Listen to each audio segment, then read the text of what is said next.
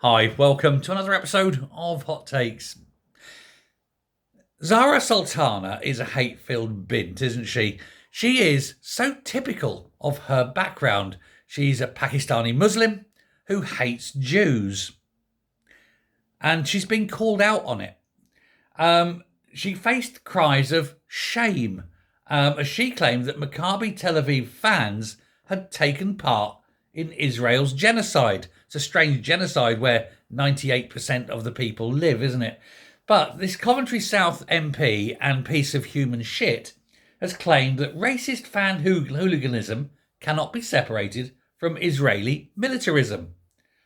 And there was furious reaction within the Commons. And indeed, and I put my hand up here because one of the people I would have least said would have done this was Lisa Nandy. But even Lisa Nandy stood up and said that Sultana, this horrible woman, was conflating being Jewish and Israeli. And she said that, she's afraid to say, is in itself anti-Semitic. Sultana said Maccabi Tel Aviv's racist fan hooliganism cannot be separated from Israeli militarism. Many of these fans are active or former soldiers. Everyone who is an Israeli is a former soldier. It's the law. Conscription is mandatory, you stupid bint. Anyway, and they've taken part in Israelis' genocide in Gaza. There is no genocide. She doesn't even know what the word means. They should be investigated for war crimes the moment they set foot onto British soil, not welcomed into our stadiums. Oh, good. Let's set that precedent. Let us set that precedent that simply coming from a country means you're guilty of war crimes. And let's say, let's have a look and call it, everyone who comes from Pakistan, because we've had Pakistani terrorists. Let's investigate everyone who comes from Pakistan. In this country, they've set foot in this country. Let's investigate them, including Zara Sultana. If she wants to set the precedent that simply coming from a country is enough to be investigated for terrorism, bring it on. And let's start with her. And let's start with Pakistan, with the Sudan, with Ethiopia, with Egypt, Syria, Iran, Iraq, Saudi Arabia, Jordan, Egypt. Let's go across the top. Algeria, Morocco. What's the bit that goes down like that? Libya. What's the one that's next to it? And so forth. You can do them all. Let's do that. Let's all say, look, all these things, they've committed terrorism. Everyone who sets foot in this country immediately investigated for terrorism.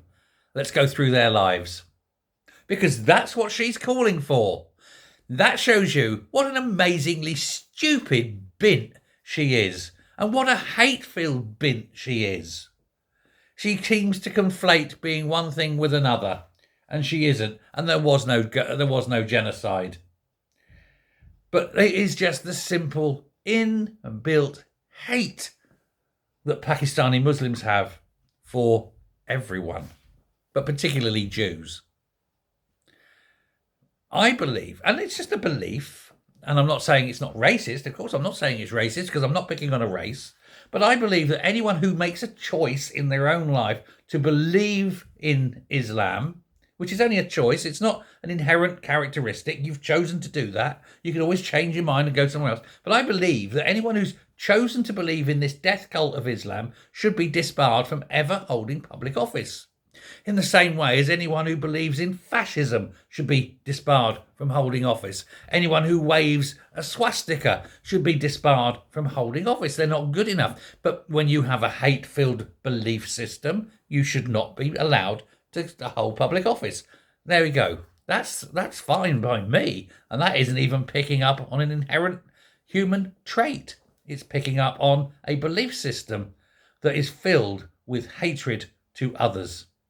So let's just say, no, won't stop you believing in it, but you can't be allowed to hold office if you personally think that simply coming from a country makes you a terrorist. There we go. Come after me. I'll expect the police knocking at the door. I don't care. But I've not said anything hate-filled. There's no hate here. It's an expression of opinion based on a belief system that you enter into freely, and you're free to leave. Thanks very much. Bye.